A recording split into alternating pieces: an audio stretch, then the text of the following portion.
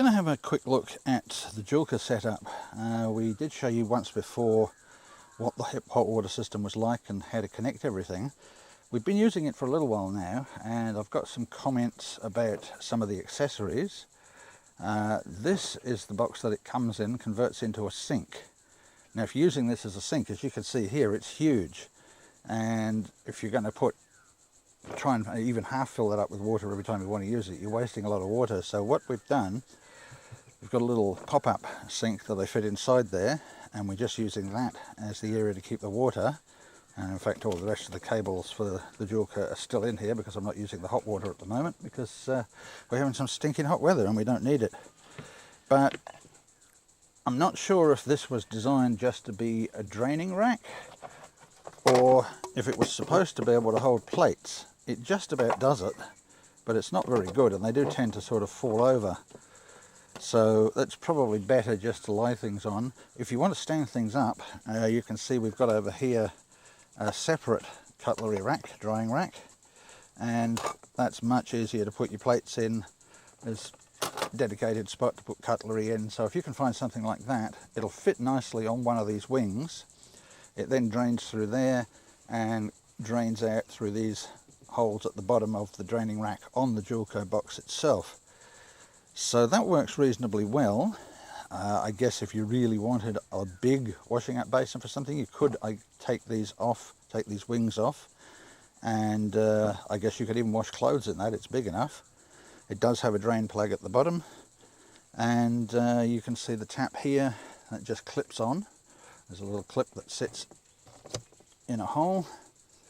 You can screw these into a wall or something like that if you want to, but we're just using it as a portable system, and the tap plugs straight into that.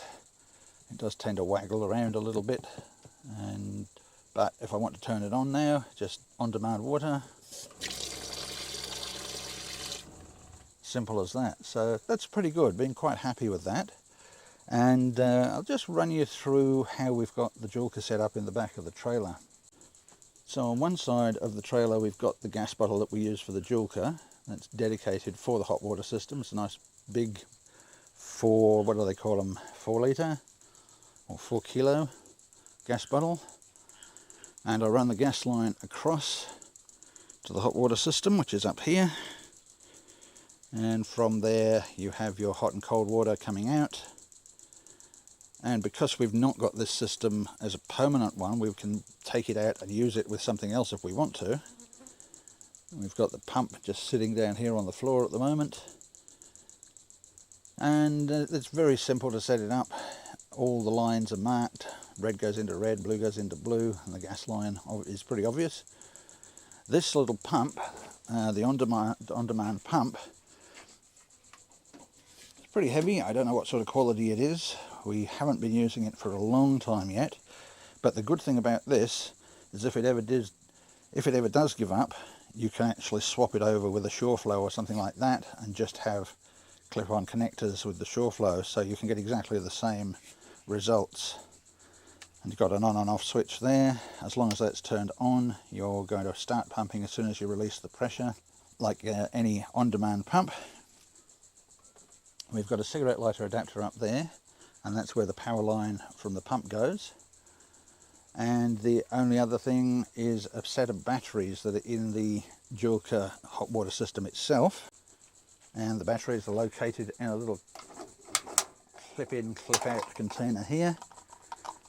We use rechargeable heavy-duty batteries.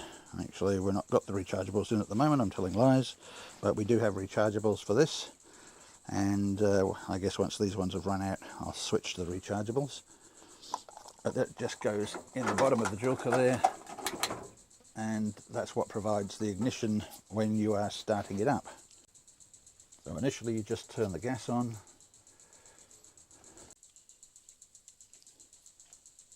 and then you can use the dials here. This is for increasing the heat, if you want the heat up, and this is for increasing the water flow. I do find that even on minimum that the water flow is a little bit quick, but I guess you've got to have a certain amount of water coming through these units in order for it to ignite. Now we'll just try and start it up and see if it works first time. All I have to do is reach around the corner here and turn the tap on. And there she goes. She's now providing hot water. The water is already hot, so that's not bad at all. Very minimal water wastage with this. It gets the water hot almost instantly. So unlike some systems we've had in the past that chug out a whole lot of water before they get hot, this is very quick. And the hot water unit itself is sitting on a backing plate that's provided as an optional extra. It's not cheap. It's only just really a bent piece of metal, but it's quite expensive. The unit is secured by some elastic straps. They're replaceable, so that holds it in place very securely. It's not going to move out of there even if we go over a rough road, so it is good to have it up there instead of really putting it in and out of the box all the time. Just much more convenient to have that sitting there and then to plug the cables in as I need to use it. So I guess I would say so far, yes, it's quite an expensive unit. I think by the time we'd finished it was around $700 all up, but it's a big kit. It's got a lot of potential.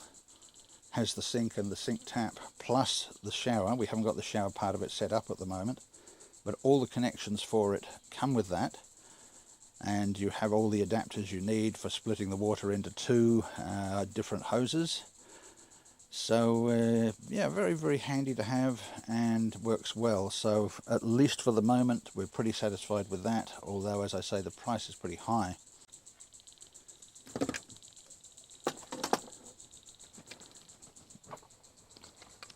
One item that does come with this kit is a filter, so that you can pop that into a stream like we've got next to us here.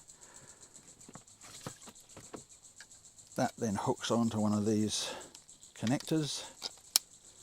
That keeps the filter up off the riverbed, and then the filter removes any large particulate matter that's going to get into your pump and clog it up. And if you want to have other hoses, as you can see here, they provide all the different little connectors and they're permanently fixed to the pipes, so you're never scratching around trying to find something. It's all nicely connected. They come with these rubber straps, I guess you'd call them, that hold everything together. So it's well thought out and it works well. So even though the price is high, it's something I think I can recommend. I think I've seen a lot of videos of it on YouTube, and we researched it before we bought it, and pretty well everybody who has these says they're good units. Time will tell how long it lasts, but for the moment, and we've had it probably a year or so by now, pretty happy with the results so far. So this is a little test of the Joulka filter. This is meant for throwing into a river and sucking water directly from that through the pump. The filter here keeps particulate matter out of the pump, apparently, anything that's going to be too damaging, and this keeps it lifted up off the bottom so that it's not sucking mud. At least that's what we hope. So let's give this a go.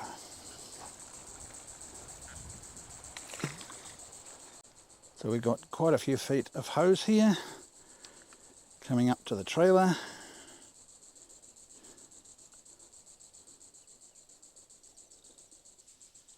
And we just turn the pump on.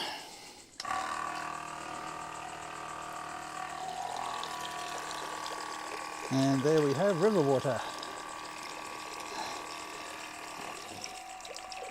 Now that's because I've got a bit of an airlock in there, but that will eventually bring it through.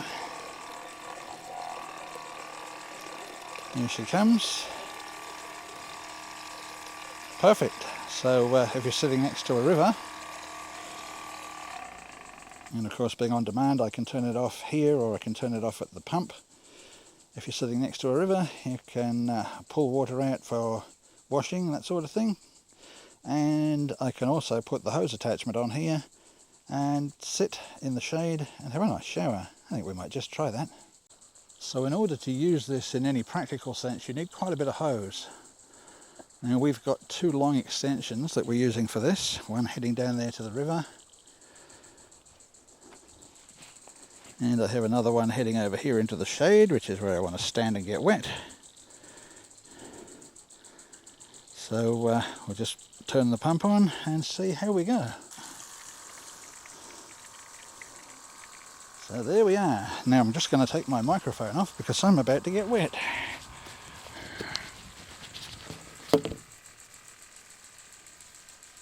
And my specs.